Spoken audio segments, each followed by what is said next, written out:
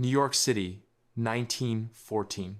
While Europe descended into the abyss of the Great War, a mansion rose on Fifth Avenue that would become a monument to a different kind of conflict. One fought not between nations, but between capital and labor, beauty and brutality, art and avarice. The Frick Mansion materialized stone by stone, painting by painting, as though attempting to build a cathedral that could absolve its owner of sins committed in the furnaces of Pennsylvania. Henry Clay Frick, the man who broke the Homestead strike with private armies and Pinkerton guns, who watched men die in his steel mills and called it progress, now sought to transform himself from industrial titan into cultural patron. The mansion was not merely a home, it was an argument made in marble and old masters, a thesis that wealth earned through violence could be laundered through beauty. But every Vermeer that hung on its walls, every Renaissance bronze that graced its galleries, carried with it an invisible ledger, a tally of the workers subjected to extreme industrial conditions under Frick's empire, the families shattered by his ambitions, the fortunes that financed his aesthetic paradise. The question that haunted the mansion from its inception was never whether art and atrocity could coexist under one roof. They always had throughout history. The question was whether sufficient beauty could ever balance the scales of human suffering, whether a man who orchestrated confrontational industrial labor practices could purchase redemption one masterpiece at a time. If you value serious historical research and stories told without simplification, please support this work by pressing like and subscribe. It helps keep long-form history documentaries alive. Henry Clay Frick was born in 1849 into rural Pennsylvania poverty, the kind that leaves permanent marks on the soul, a hunger not just for food but for power, for recognition, for the ability to never feel vulnerable again. His grandfather, Abraham Overholt, was a successful whiskey distiller, and young Frick witnessed prosperity from the outside, understanding viscerally that wealth determined whether one controlled circumstances or was controlled by them. This early exposure to the mechanics of capital accumulation, combined with the humiliation of poverty, created a particular psychology, not the reckless ambition of someone with nothing to lose, but the calculating drive of someone who had seen the promised land and would sacrifice anything to reach it. By his 20s, he had identified the coming Industrial Revolution's fundamental need, coke, the purified coal that fueled steel production. While others saw dirty mines and dangerous work, Frick saw leverage. He built his first coke ovens before he turned 21, borrowing capital from family connections, working alongside laborers initially because he could not yet afford to hire enough workers. This brief period of manual labor would be his only direct experience of the working-class life he would spend his career exploiting. The lesson he took from it was not solidarity, but contempt. If he could rise above such work, then those who remained must lack his will, his intelligence, his essential superiority. By 30, Frick controlled 70% of the coke production in the Connellsville region through a systematic campaign of consolidation that would become his signature approach to business. Identify the choke point, acquire it, exploit it without mercy. This was not success earned through innovation or invention, but through ruthless consolidation, through understanding that whoever controlled the fuel controlled the industry. His methods were already brutal. Workers in his coke ovens labored in conditions that resembled medieval visions of hell temperatures exceeding 2,000 degrees, air thick with toxic fumes, 12-hour shifts that destroyed lungs and shortened lives. Frick paid subsistence wages, maintained company stores where workers were forced to purchase necessities at inflated prices, and built company housing that trapped families in debt. When workers attempted to organize, he responded with firings and evictions. The coke ovens were not just industrial facilities, but systems of total control, where workers were bound by economic chains as effective as any legal slavery. And Frick observed these systems with satisfaction, believing he had discovered capitalism's essence, that power properly applied could extract maximum value from every resource, human included. When Andrew Carnegie needed coke for his expanding steel empire, he found himself negotiating with a man barely 30 years old who already possessed the cold certainty of someone who had survived scarcity and would die before returning to it. Carnegie was 24 years older, already wealthy, already famous as the embodiment of American industrial might. But he recognized in Frick something he himself lacked, the absolute willingness to do what was necessary, without hesitation, without regret, without the burden of sentiment. Their partnership was inevitable, a merger of Carnegie's steel and Frick's coke, but it was never a friendship. It was a collision of ambitions. Carnegie provided the vision, the grand rhetoric about the gospel of wealth and capitalism as civilization's engine, the philosophical framework that justified inequality as nature's law and philanthropy as the rich man's duty. Frick provided something Carnegie could never quite stomach, the willingness to do whatever violence was necessary to maximize profit. He was Carnegie's enforcer, the man who made the ugly decisions while Carnegie philosophized in his Scottish castle, the lieutenant willing to bear the public hatred so his general could maintain the public image of benevolent capitalism. And Frick embraced this role with the dedication of someone who believed that sentiment was weakness, that business was war, and that workers were merely another resource to be exploited until depleted. He believed this not as cynical calculation, but as genuine philosophy, as a worldview coherent and complete. Efficiency demanded the subordination of human welfare to profit maximization. Competition demanded the destruction of rivals. Capitalism demanded winners and losers, and Frick intended to win. The Homestead Strike of 1892 revealed the core of Frick's character with brutal clarity. The steelworkers at Carnegie's Homestead plant, exhausted by 12-hour shifts in 120-degree heat, earning wages that could barely sustain families, organized to demand basic dignity, not wealth, not power, just survival with minimal humanity. They asked for a wage floor that would prevent starvation, for reduced hours that would allow them to sleep, for safety measures that would prevent the routine industrial deaths that claimed workers monthly. These demands struck Frick not as reasonable, but as existential threats to management authority. Negotiation implied equality. Compromise implied shared power. Frick would offer neither. His response was not discussion, but siege. Weeks before the contract expired, he surrounded the plant with barbed wire 12 feet high, installed searchlights and platforms for armed guards, cut access from the town, and transformed the Homestead Works into a military installation. He announced wage cuts and the end of union recognition simultaneously. Then he hired 300 Pinkerton detectives, essentially a private army, notorious strikebreakers with reputations for violence, to occupy the plant by force and restart production with replacement workers. On July 6, 1892, 2 barges carrying these hired guns departed Pittsburgh just after midnight, moving slowly up the Monongahela River toward Homestead under cover of darkness. But the workers had sentries posted. By the time the barges approached the plant landing at dawn, thousands of men, women, and children lined the riverbank. The Pinkertons attempted to land. The workers blocked them. What happened next remains disputed in details, but undeniable in outcome. Gunfire erupted. Whether the Pinkertons fired first or the workers, whether shots came from deliberate aim or accidental discharge, became irrelevant within seconds. The Pinkertons had repeating rifles. The workers had hunting guns, rocks, sticks, and improvised weapons. For 14 hours, the battle raged. Workers poured oil on the river and set it aflame, attempting to burn the barges. They rolled a burning railroad car toward the landing. They built a cannon from industrial pipes. The Pinkertons fired volleys into the crowd. 3 workers died in the first hour. 7 more would die before sunset. At 4 o'clock in the afternoon, the Pinkertons surrendered, white flags raised. They were promised safe passage. That promise was not kept.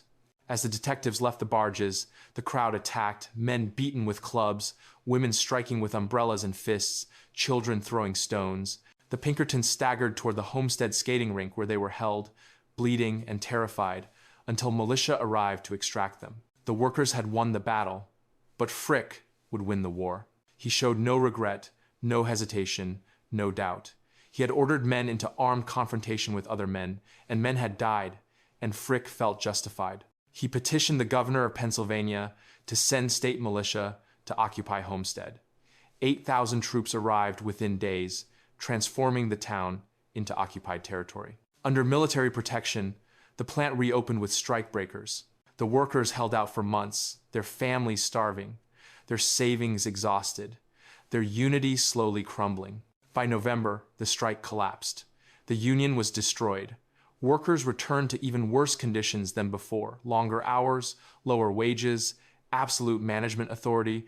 Frick had demonstrated that organized labor could be crushed through sufficient application of force. He emerged from Homestead not chastened but vindicated in his belief that power existed to be used without mercy.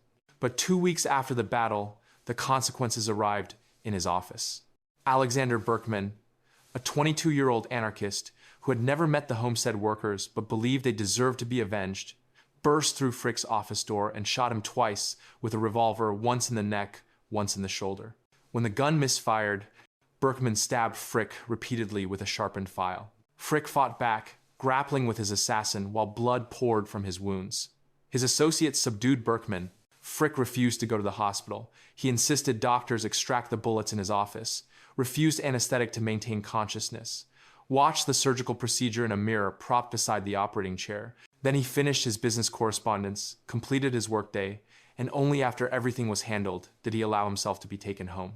The assassination attempt sealed Frick's legend.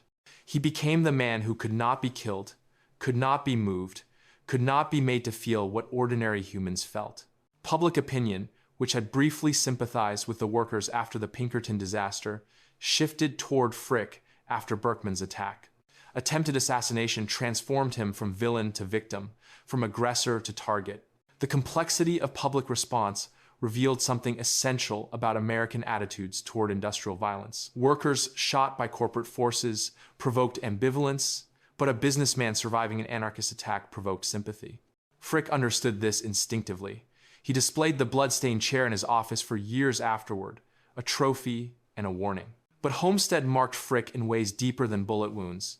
It made him notorious. It made him hated. It made him internationally famous as the embodiment of capital's willingness to kill labor. Cartoons depicted him as a vampire. Newspaper editorials called him a murderer. Even Carnegie, safely distant in Scotland, was horrified by the public relations disaster. The partnership between the two men never recovered.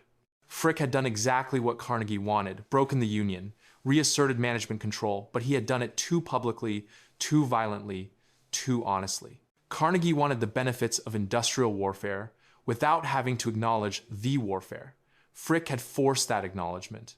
And perhaps that public hatred, that recognition of how the world saw him, began the psychological transformation that would lead to the mansion, the need to be remembered not as a murderer of workers, but as a guardian of civilization, not as the man who ordered men shot, but as the man who preserved beauty for posterity. By the early 1900s, Frick had accumulated wealth beyond measure, estimated at $50 million, in an era when that sum could reshape cities, when the average worker earned $600 annually. He had divorced himself from Carnegie after bitter disputes that culminated in 1900, when Carnegie attempted to invoke a clause that would have forced Frick to sell his stock at book value rather than market value, essentially stealing millions from his former partner. Frick sued. The lawsuit threatened to expose decades of financial manipulation. Carnegie settled rather than face discovery. Two ruthless men who recognized too much of themselves in each other to remain partners. But by then, Frick had already begun his transformation from industrialist to collector, from destroyer of human lives to preserver of human creativity. The irony was lost on no one, except perhaps Frick himself. He began acquiring old masters in the 1890s, initially as decoration for his Pittsburgh mansion, later as obsession. His first major purchase was a Rembrandt portrait, bought from a European dealer for a sum that would have paid the annual wages of 300 steelworkers. The painting showed an elderly man contemplating mortality, painted with a psychological depth that made Rembrandt immortal. Frick hung it in his study and studied it for hours. Something in the painting's confrontation with human fragility apparently spoke to him, though what exactly he heard remains unknown. He began reading art history, visiting museums, developing the eye of a connoisseur. Art dealers quickly learned that Frick was a buyer, unlike the other robber barons. J.P. Morgan collected as a form of conspicuous consumption, accumulating art like he accumulated businesses. Rockefeller collected cautiously, suspicious of dealers and forgeries. Huntington collected broadly but shallowly, preferring famous names to aesthetic quality. Frick collected with genuine aesthetic passion, studying paintings for hours, reading about artists' lives and techniques, developing an eye that even skeptical critics had to acknowledge was sophisticated. He would spend weeks researching a single painting before acquiring it. He traveled to Europe specifically to view works in museums and private collections. He corresponded with art historians and attended auctions personally rather than bidding through agents. This was not the dabbling of a bored millionaire, but the obsession of someone seeking transformation through beauty. He wanted to own not just paintings, but the refinement they represented, to somehow absorb through proximity the humanity that his industrial career had required him to suppress. Each acquisition was a transaction in a larger project, the construction of Henry Clay Frick as something other than the man who ordered workers shot for demanding living wages. In 1910, he purchased Vermeer's Mistress and Maid for the then extraordinary sum of $75,000. The painting showed a woman receiving a letter, her expression ambiguous anxiety or anticipation, bad news or good, the viewer could not tell. Vermeer had captured that moment of suspended uncertainty that exists before knowledge arrives, painted with technical mastery that made the silk of the woman's dress seem tangible, the light from the window seem real. Frick was transfixed. He understood, perhaps, that he was purchasing not just a painting, but a window into a world where human emotion was complex rather than binary, where individuals possessed interior lives that mattered. His business philosophy had required him to treat workers as categories: labor, cost, efficiency metrics. Vermeer insisted on the irreducible particularity of each human being. Whether Frick consciously recognized this tension or simply responded to the painting's beauty without analyzing why remains unclear. But he began acquiring Vermeers with single-minded determination, eventually owning 3 more than any other collector in America.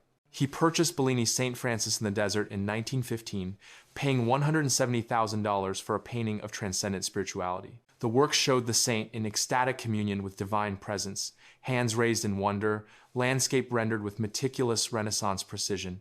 Francis had renounced wealth to embrace poverty. Frick renounced nothing, but sought to purchase what Francis had found through renunciation. The contradiction was so obvious that Frick must have either recognized it or been psychologically incapable of recognizing it. He hung the Bellini in the living hall, where he could view it daily. Sometimes he sat before it in silence for 30 minutes or more. His secretary noted these sessions in letters, describing Frick as transfixed and transported. But transported where? To some imagined state of grace? To temporary escape from the weight of his reputation? Or simply to aesthetic appreciation untethered from moral implications? The painting revealed nothing. Frick revealed less. He collected Rembrandt self-portraits, works that showed the artist confronting his own aging and obsolescence with brutal honesty. He collected Goya, whose paintings depicted war's horror without romanticism. He collected Turner, whose landscapes dissolved solid reality into atmosphere and light. Each artist represented some form of truth-telling, some refusal to flinch from complexity. And Frick, who had spent his career refusing complexity in favor of simple power equations, now surrounded himself with art that insisted on complexity's irreducibility. The decision to build the mansion came in 1913, when Frick was 64 and his legacy already solidified as one of America's most ruthless industrialists. His first wife had died young. His children were grown. Carnegie had retreated to Skibo Castle in Scotland, dispensing millions to libraries while maintaining that he had always supported workers' rights, rewriting history in real time. Frick felt no need for such revisionism. He felt need for something else, a physical monument that would outlast controversy, that would speak when he could no longer speak, that would present his chosen self-image to posterity. He purchased an entire block on Fifth Avenue between 70th and 71st Streets for $2.5 million, prime Manhattan real estate in the neighborhood where America's wealthiest families built their palaces. His plot was massive by urban standards, approximately 200 feet of Fifth Avenue frontage, extending 200 feet east toward Madison Avenue.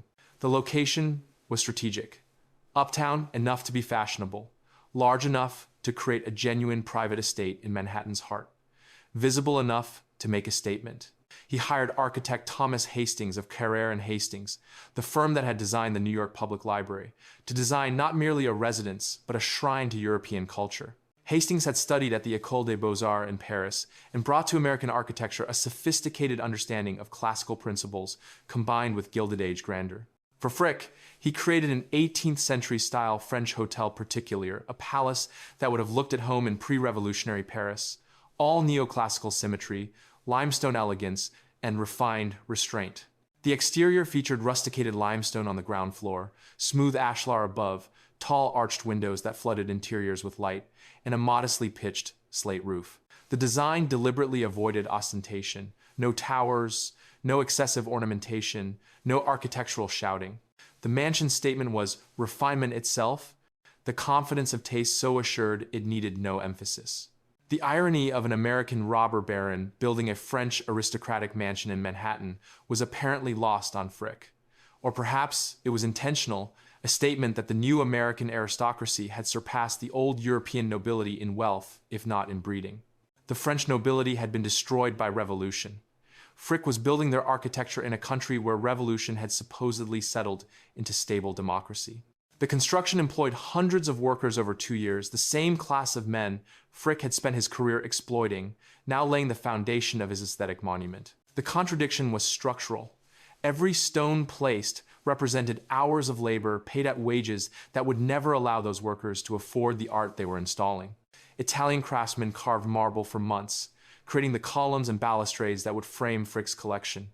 Their work was exquisite, requiring years of training and generations of traditional knowledge, yet they were paid as manual laborers, their artistry undervalued because it required hands rather than capital. French artisans installed Louis XVI paneling in the Fragonard room, each piece of boiserie hand-carved with Rococo delicacy, then gilded with gold leaf, so thin it required perfect conditions and absolute patience. These craftsmen possessed skills that took lifetimes to develop, yet Frick paid them day wages, and their names are lost to history. American laborers did the heavy lifting, excavating the foundation, erecting the steel frame, hauling limestone blocks, installing plumbing and electrical systems that represented cutting-edge technology. They worked through New York winters and summers, exposed to weather while building climate-controlled galleries for paintings worth more than they would earn in multiple lifetimes. The construction site became a miniature model of the economic system that built it. Skilled craftsmen worked beside unskilled laborers, all governed by rigid hierarchies that determined wages, conditions, and respect. Foremen yelled orders. Workers obeyed or were replaced. Injuries were common falls from scaffolding, crushed fingers, backs destroyed by repetitive lifting. No workers' compensation existed. Medical care was individual responsibility. A seriously injured worker lost his job and his income simultaneously. Yet the work continued, stone upon stone, because workers needed wages and the project demanded completion. The mansion rose as a collective endeavor, but only one name would be attached to it. Only one vision would be credited. The workers who built it would remain as anonymous as the workers who had died in Frick's mills, their contributions erased by the same system that exploited their labor. When the mansion was completed, they would be dismissed, their role in creating beauty forgotten, while Frick's name would be literally carved above the entrance. The mansion's interior was designed not as a home but as a museum, a carefully curated environment where Frick could live, surrounded by the Western canon's greatest hits. Every room was conceived as a stage for art, with architecture serving as frame rather than focal point. The entrance hall set the tone, restrained elegance, marble floors, subtle lighting, nothing that would compete with the paintings. From there, visitors progressed through a sequence of spaces that built like a symphony, from intimate chambers to grand galleries. The West Gallery stretched 90 feet, the mansion's climax, its walls covered in silk damask, the color of dried blood, its ceiling coffered and gilded, its proportions calculated to display large paintings at optimal viewing distance. Here Frick hung his Rembrandts, including the master's penetrating self-portrait from 1658, painted when the artist was 52, bankrupt, and unflinching in his willingness to document aging's effects. The painting showed a man who had lost everything except his ability to see clearly. Frick, who still possessed everything, contemplated it regularly.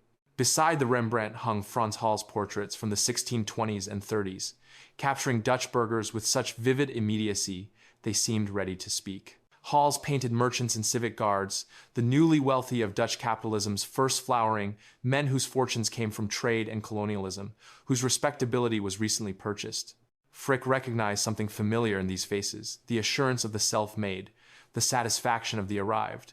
These were his spiritual ancestors, men who believed that wealth justified itself. 3 Vermeers hung in the West Gallery, small jewels among the larger canvases, mistress and maid, Girl Interrupted at Her Music, and Officer and Laughing Girl.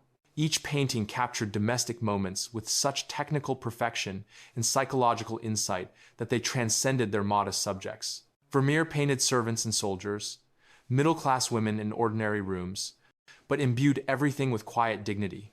His subjects were not heroic, but they were human, fully present, worthy of sustained attention. Whether Frick understood that these paintings insisted on the worth of ordinary people, the very people he had spent his career treating as disposable, is impossible to determine.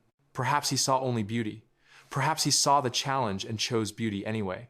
The Living Hall featured Bellini's St. Francis in the Desert as its centerpiece, the painting Frick had paid $170,000 to acquire. The saint stood barefoot on rocky ground, arms outstretched, face upturned in ecstasy, surrounded by landscape rendered with such precision that every plant could be identified botanically. Bellini had painted spiritual transcendence as a physical event occurring in a real location. Francis's renunciation of wealth was depicted as liberation, his poverty as richness, his solitude as communion. The painting functioned as implicit rebuke to everything Frick represented. Yet Frick chose to live with it, to look at it daily, to make it central to his domestic environment. This fact alone suggests internal complexity that his public actions never revealed. Across from the Bellini hung El Greco's St. Jerome, showing the scholar saint in his study, contemplating scripture painted with elongated forms and mystical intensity. Two saints, two forms of renunciation, two visions of life organized around principles other than accumulation. Frick surrounded himself with images of men who had chosen the opposite of everything he had chosen. The Fragonard room contained Jean-Héré Fragonard's Progress of Love series. 4 massive canvases, plus over doors and panels, 14 paintings total, creating an immersive Rococo fantasy. Originally commissioned in 1770 by Madame du Barry for her pleasure pavilion at Louveciennes, the paintings depicted aristocratic courtship in idealized garden settings, lovers pursuing, wooing, being crowned with roses, celebrating fulfillment. Fragonard painted with sensuous delight, his brushwork simultaneously precise and abandoned, his colors singing. But du Barry rejected the commission, finding the paintings insufficiently fashionable.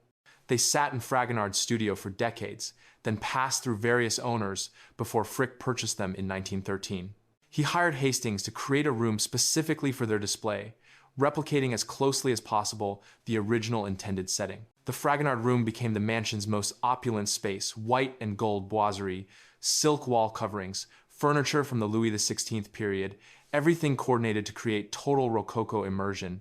The paintings showed aristocratic leisure at its apex, the years just before the French Revolution, when inequality reached unsustainable extremes, and the ruling class celebrated that inequality as aesthetic achievement. Frick created a temple to Ancien Regime aesthetics. In 1914, the same year European civilization tore itself apart in the Great War, the same year that made clear the 19th century's assumptions about progress and enlightenment were catastrophically wrong.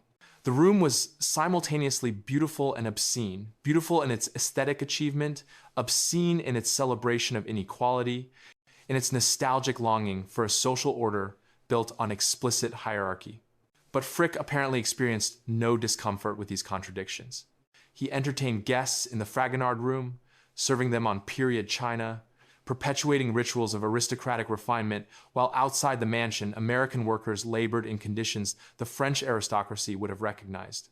The enamel room displayed Limoges enamels and small Renaissance bronzes in glass cases, precious objects that could be examined closely, intimately. The South Hall featured more old masters, a Holbein portrait, a Titian portrait, works that showed individual faces with such specificity that the sitters seemed present across centuries. Every room made arguments about value, about what deserved preservation, about what constituted civilization's peak achievements. And every room was silent about the workers, about the steel workers and coke oven laborers and domestic servants whose exploitation had financed these aesthetic arguments. But the mansion could not entirely escape the shadow of its financing. Every visitor who entered knew, on some level, that the Bellini was purchased with steel profits, that the Vermeer was acquired with coke money, that the Fragonards hung on walls built by exploited labor. The mansion existed in a state of permanent cognitive dissonance, beautiful and grotesque simultaneously, refined and blood-soaked, a palace built on graves. Frick seemed unbothered by this contradiction, or perhaps he was so deeply committed to the transformation that he could no longer perceive it. He lived in the mansion from its completion in 1914 until his death in 1919, 5 years of walking daily through galleries that testified to human creativity's heights, while remaining silent about human suffering's depths. His routine revealed obsession. He woke early, breakfasted alone, then spent hours walking through the galleries before conducting business. He moved slowly from painting to painting, stopping, sitting in chairs positioned for optimal viewing, sometimes reading about the artist or the period, sometimes simply looking. His secretary recorded that Frick could spend 45 minutes before a single painting, returning to it repeatedly over days and weeks, as though trying to extract some essential truth through accumulated contemplation. This was not casual appreciation, but intensive study. The same focus he had once applied to Coke production, now directed toward aesthetic understanding. He entertained rarely, preferring to experience his collection in solitude. When he did host gatherings, they were small and formal dinner parties where guests were expected to dress appropriately and discuss art seriously. Not social performances, but genuine engagement with the collection. Frick had no patience for visitors who treated the paintings as background decoration or social props. His correspondence from this period reveals a man increasingly isolated. Carnegie had denounced him publicly while simultaneously adopting similar collection practices. Other industrialists viewed him as excessively obsessed, unable to understand why someone would spend hours examining brushwork when he could be expanding business interests. Social reformers saw only hypocrisy, a man attempting to purchase cultural legitimacy with blood money. Frick seemed unbothered by any of this, or perhaps he had constructed psychological barriers so effective that criticism could not penetrate. He wrote to dealers about potential acquisitions with the enthusiasm others reserved for human relationships. He discussed painting techniques with restorers and conservators, as though these conversations were the most important in his life. He planned additional acquisitions and future expansions to the collection with the careful strategy he had once applied to industrial consolidation.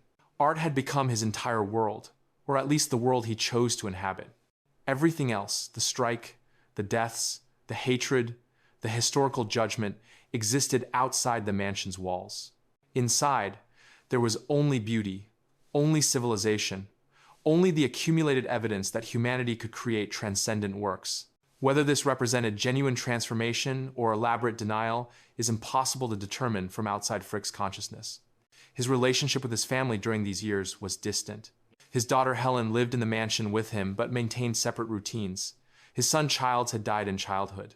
His wife Adelaide had died before the mansion's completion. Frick was essentially alone with his paintings, which perhaps was exactly what he wanted, a domestic arrangement where human relationships with their complications and demands were replaced by aesthetic relationships that could be controlled, arranged, possessed without reciprocity. Paintings never disappointed. They never argued or challenged.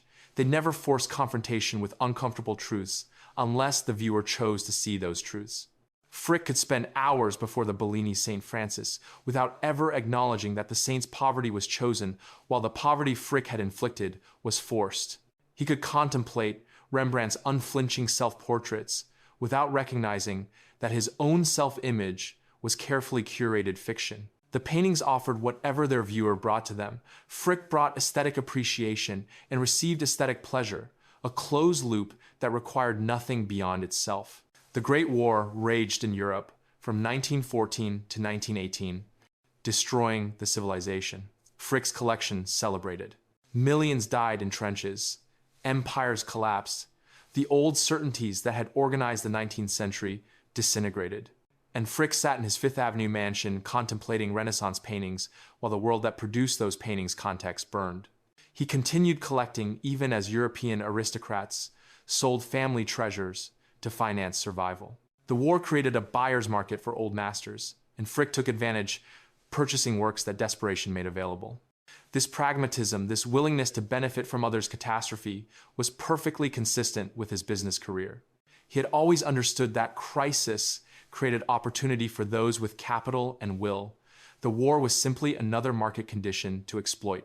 By 1919, His collection was possibly the finest private collection in America, concentrated, high quality, historically significant.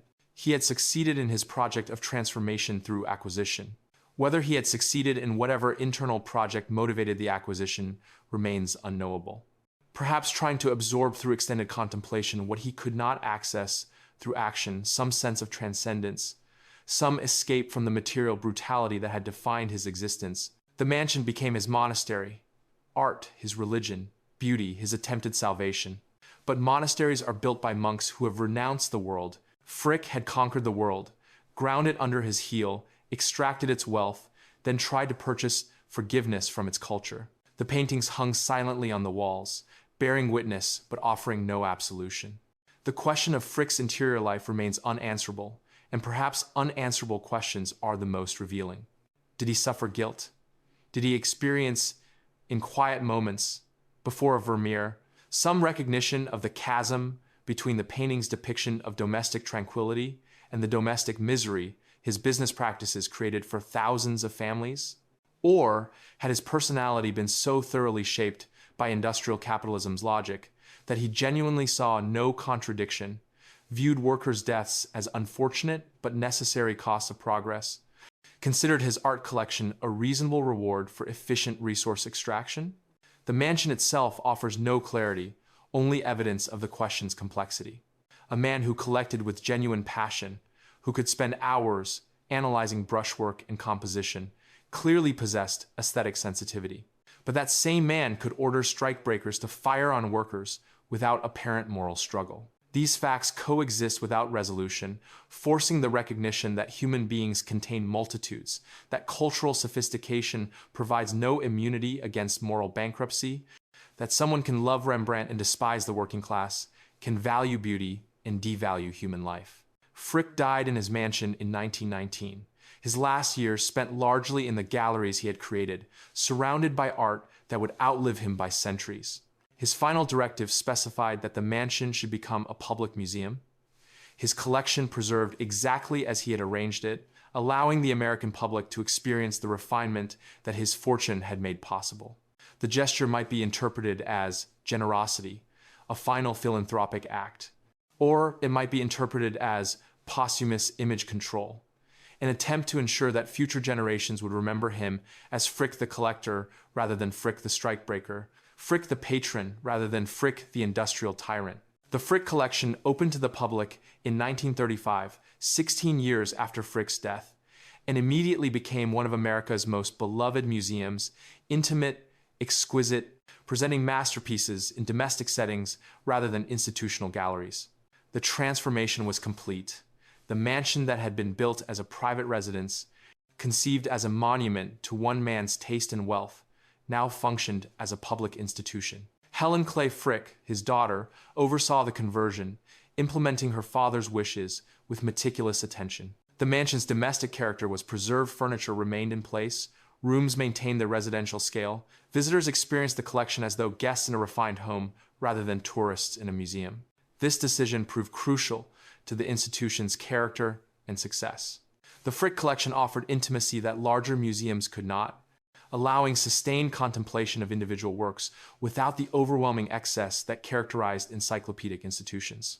Critics praised its refinement immediately. The opening was covered extensively in newspapers and art journals. Visitors marveled at the concentration of genius on the walls, at the quality of individual works, at the coherence of the collecting vision. Within years, the Frick collection had established itself as one of New York's essential cultural institutions, comparable to the Metropolitan Museum in quality if not scale, superior in the focused intensity of its presentation. The mansion had achieved its purpose. Henry Clay Frick had successfully transformed from villain to benefactor in public memory. Each visitor who entered admiring Vermeer's luminous interiors or Rembrandt's penetrating portraits implicitly validated Frick's posthumous self-presentation. The collection testified that its creator possessed refined taste, genuine aesthetic passion, commitment to cultural preservation. These qualities, visitors assumed, must reflect a refined, passionate, culturally committed individual. The logical error was obvious, but rarely acknowledged that aesthetic judgment operates independently from moral judgment, that collecting masterpieces requires wealth and taste, but not virtue, that a man can appreciate beauty and inflict cruelty with equal facility. Most visitors who wandered through the galleries knew nothing of Homestead, nothing of the Pinkerton detectives or the workers shot on the riverbank, nothing of the coke ovens or the men dying from industrial diseases at 40. The labor history that directly financed every painting was absent from wall labels, absent from guidebooks, absent from institutional memory. They saw only beauty, only culture, only the generous legacy of a man who loved art enough to share it with the world. The mansion's educational programs taught art history without economic history, taught aesthetic analysis without class analysis, taught the Western canon without interrogating how that canon was collected, preserved, and presented. This selective presentation was not necessarily deliberate suppression, but rather reflected broader cultural assumptions that art transcended its material conditions of existence, that beauty existed in a realm separate from economics and politics, that museums should be sanctuaries from the messy conflicts that characterize the world outside their walls. The Frick collection became a monument to selective memory, to the power of wealth to rewrite history, to the way that sufficient beauty can obscure almost any atrocity. But the truth never entirely disappears. It persists in archives, in labor histories, in academic studies that insist on connecting aesthetic collections to their economic foundations. It persists in the descendants of homestead workers who remember what their great-grandparents told them about 1892, who know that every dollar Frick spent on Vermeers came from wages, withheld from steelworkers, from lives shortened by industrial conditions, from families impoverished by systematic exploitation. These alternative narratives circulate in different spaces: union halls, labor history conferences, radical bookstores, progressive classrooms, places where the mansion's official story is interrogated rather than accepted. The tension between these narratives has never been resolved because it cannot be resolved. Both stories are true. Frick did collect masterpieces with genuine aesthetic passion. Frick did order workers shot for organizing. These facts coexist without synthesis, forcing anyone who engages seriously with the mansion to hold contradictions without resolution. The mansion stands as both museum and memorial museum to Western art's achievements, memorial to industrial capitalism's victims. Every Vermeer on its walls is also a gravestone for the workers who made it possible. Every room of exquisite taste is also a crime scene where evidence has been carefully arranged to tell a different story. This dual nature defines the mansion's contemporary significance. In an era increasingly conscious of historical injustice, increasingly unwilling to celebrate wealth without interrogating its sources, the Frick collection forces confrontation with uncomfortable questions that museums typically avoid. Can beauty redeem brutality? Should cultural institutions founded through coercive labor systems be celebrated or condemned? How should posterity balance a historical figure's contributions against their crimes? These questions have become unavoidable as cultural institutions reckon with their own histories, as museums acknowledge colonial origins of collections, as universities grapple with donations from morally compromised sources. The central moral question posed by the Frick Mansion is whether beauty can redeem brutality, whether cultural contribution can balance human destruction, whether posterity should judge people by their worst actions or their best legacies. These questions have no satisfying answers because they are not really questions, but rather sites of permanent ethical tension. The mansion forces recognition that civilization's highest achievements often emerge from its deepest injustices, that the same economic systems that enable patronage also enable exploitation, that art and violence are not opposites, but often partners in the great project of human culture. The Medici patronized Michelangelo while assassinating rivals. The Catholic Church commissioned the Sistine Chapel while conducting the Inquisition. Kings built Versailles while peasants starved. Frick was not an exception, but an iteration of a recurring pattern: power concentrating wealth, wealth purchasing culture, culture legitimizing power. Understanding this pattern requires abandoning the comforting fiction that beauty and goodness naturally align, that aesthetic refinement indicates moral refinement, that someone who loves art must be a good person. The mansion demonstrates definitively that these assumptions are false. Perhaps the mansion's greatest value is not as resolution, but as testimony, as physical evidence of this irresolvable contradiction. It stands on Fifth Avenue as a permanent exhibition not just of old masters but of old sins, not just of aesthetic excellence but of moral failure. Every year, hundreds of thousands of visitors walk through its galleries, experiencing beauty that would not exist without the fortunes accumulated through coercive industrial systems, refinement purchased through ruthlessness, culture built on immense human cost. Some never think about this contradiction, accepting the official narrative that frames Frick as generous benefactor. Some spend their entire visit thinking about nothing else, unable to appreciate the Vermeers without imagining the steelworkers whose exploitation purchased them. The mansion accommodates both responses without privileging either, silent and magnificent, beautiful and terrible, refusing to resolve the contradictions it embodies. This refusal might be the mansion's most honest quality, its unwillingness to offer easy answers, its insistence on presenting beauty and brutality simultaneously, its demand that viewers reckon with complexity rather than retreat to simple judgments. The mansion remains relevant precisely because the contradictions it embodies remain unresolved in contemporary society. Wealth inequality now exceeds Gilded Age levels. Billionaires patronize museums and universities while their corporations exploit workers. Technology fortunes fund medical research while platform economies create precarious employment.